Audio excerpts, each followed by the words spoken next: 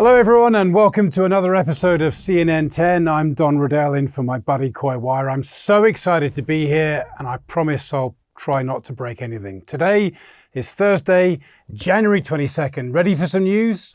Let's get started. We'll kick off in Davos, Switzerland, where world leaders are gathered this week for the annual World Economic Forum. It's a summit that brings together many of the world's most powerful minds to discuss global issues, including trade, climate change, and geopolitical instability. But this year's event is something that your kids might be reading about one day in the history books because it's taking place against the most turbulent global backdrop in decades. US President Donald Trump still wants to acquire Greenland. He took the stage Wednesday, and whilst he ruled out using force to acquire the Danish territory, he doubled down on his claims that only the US can keep it safe. It's been said that through all of this, Trump could gain an island but lose a continent. What happens next could not only threaten the United States' standing with many of its most vital allies, but could entirely disrupt the current status of NATO, the North Atlantic Treaty Organization. It's the United States alone that can protect this giant mass of land, this giant piece of ice, develop it and improve it and make it so that it's good for Europe and safe for Europe and good for us. They have a choice. You can say yes, and we will be very appreciative, or you can say no, and we will remember. Trump's speech comes less than a week after he threatened other allies with tariffs or trade taxes as part of his efforts to force control of Greenland. But even as European leaders sought to cool rising tensions on the sidelines of the summit, ripple effects from the unprecedented dispute have already begun to appear. European Parliament members voted the same day to block parts of a landmark trade deal between the US and the European Union indefinitely. Now to some big baby news back in Washington, D.C. You might have heard of a bump in the polls. Well, this is more like a bump in the office. Second Lady Usha Vance and Vice President J.D. Vance have announced they're expecting a baby this summer. The baby boy is due in July and will be the couple's fourth child, joining brothers Ewan and Vivek and sister Mirabelle. This marks the first time that a sitting Second Lady will have a baby while in office, but it's not without some presidential precedent. First Ladies Frances Cleveland and Jackie Kennedy both gave birth while their husbands were serving as Commander-in-Chief. Some news now from my home country, the UK, where the British government is exploring a possible social media ban aimed at better protecting children online. Ministers say they'll visit Australia to learn more about its ban on social media down under for those under 16, which took effect last month. They're also considering stronger age verification checks and tougher rules on students using phones in schools. 10-second trivia. Which desert is the largest hot desert on Earth? Is it Kalahari, Sahara, Sonoran, or Atacama? Well, the answer here is Sahara, which spans parts of 11 countries in North Africa. The world's largest cold desert? Well, that would be the Antarctic, which covers almost all 5.4 million square miles of Antarctica. All right, the skies above Libya have been transformed this week, turning bright orange as a result of a seasonal phenomenon. What you are seeing here is a powerful dust storm sweeping through the city of Benghazi. It looks pretty cool, but it causes real problems. Thick clouds of dry sand and soil blowing in from the desert, swallowing the coastline and cutting visibility drastically across the city. This storm was so intense that flights were temporarily suspended at the country's two main international airports. Scenes like this are not unusual here. About 90 to 95% of Libya is covered by the Sahara Desert. That's according to the United Nations Development Programme, making it especially vulnerable to these seasonal storms. Okay, have you seen the movie Marty Supreme yet? I can tell you it's highly entertaining. It might land Timothée Chalamet an Oscar in March, and it's sparked some interest in the sport of table tennis in the United States, a sport which is usually much more popular in China, Korea, and Japan. But ping pong is gaining popularity in the United States with its first ever professional league, Major League Table Tennis, now in its third season. And just a few weeks ago, the league's power rankings were topped for the very first time by a female player, Lily Zhang. I've been chatting with Lily about her journey in the sport, which began, get this, while her family was doing the laundry.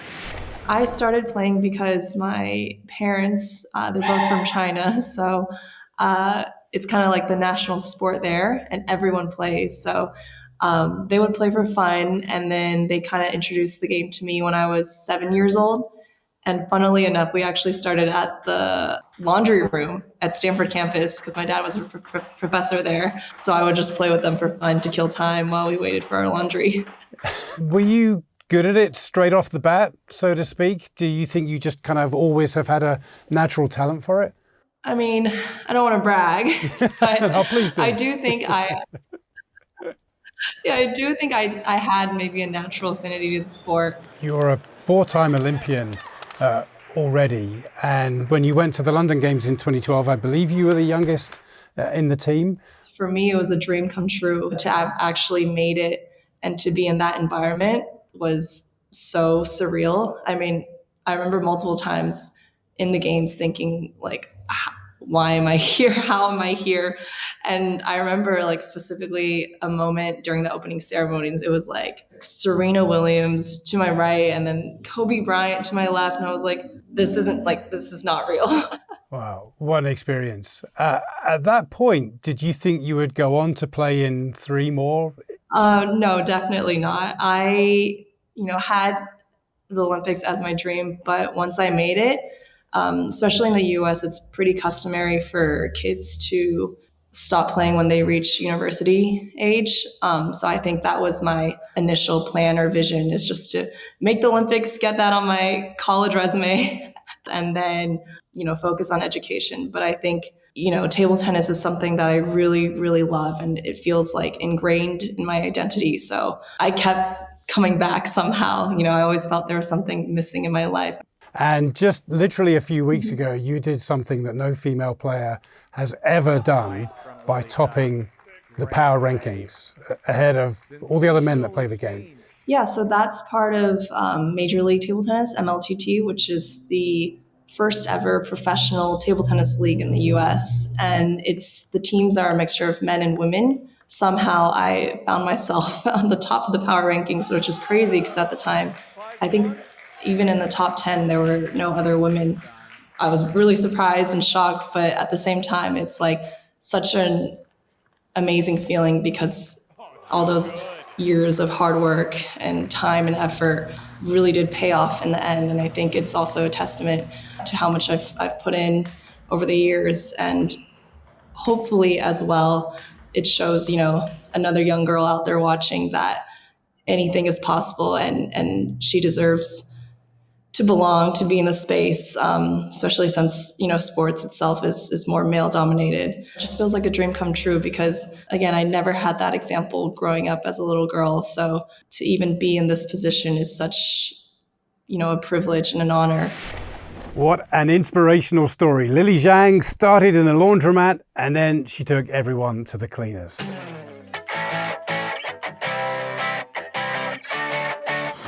Today's story getting a 10 out of 10 from us.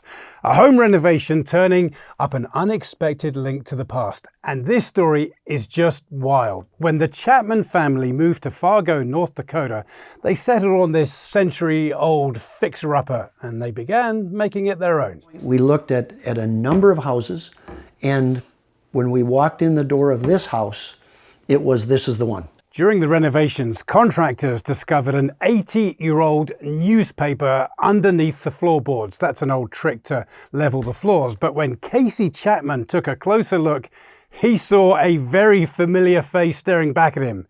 It was his own mum. Looked at the picture, and the picture just to the right of the tear is my mother. That's my mom right there.